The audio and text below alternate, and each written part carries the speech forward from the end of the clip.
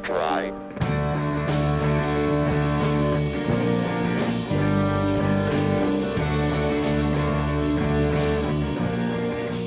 På Foxytrot New Future har vi de bedste robotter på markedet. De kører på 95% vedvarende energi, er nemme at rengøre og op til 180% mere effektive end et normalt menneske.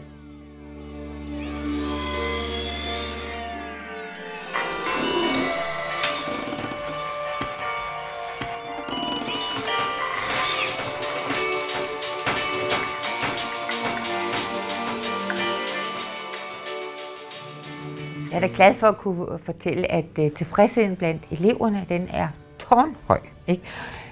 Det kan selvfølgelig også skyldes, at lærerne tidligere havde nogle udfordringer. Når de for eksempel kom tæt på, så lugtede de nogle gange af kaffe, og de kunne ikke rigtig finde ud af at tage noget pænt tøj på. Og, ja, de var ikke altid lige appetitlige.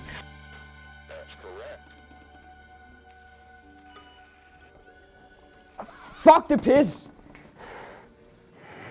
Hvordan går det med dit forsøg? Du kan sgu se, hvor langt jeg er nået med forsøget, altså. Kan jeg hjælpe? Fuck dig! Forkert syntaks. Forsøg at moderere dit sprog. Fuck af din klamme metalspand. Du er bare en fucking grammar-nazi.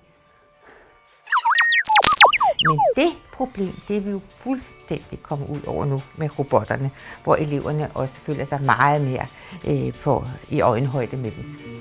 Med vores nye revolutionerende model TI 1080 har Foxytrot New Future endnu en gang rykket grænserne for menneskets formåen. Vores nye styresystem med biologiske oktale processorer gør robotterne endnu mere menneskelige end rigtige mennesker, og selv barn vil kunne lære at omprogrammere robotterne til præcis dem, du vil have.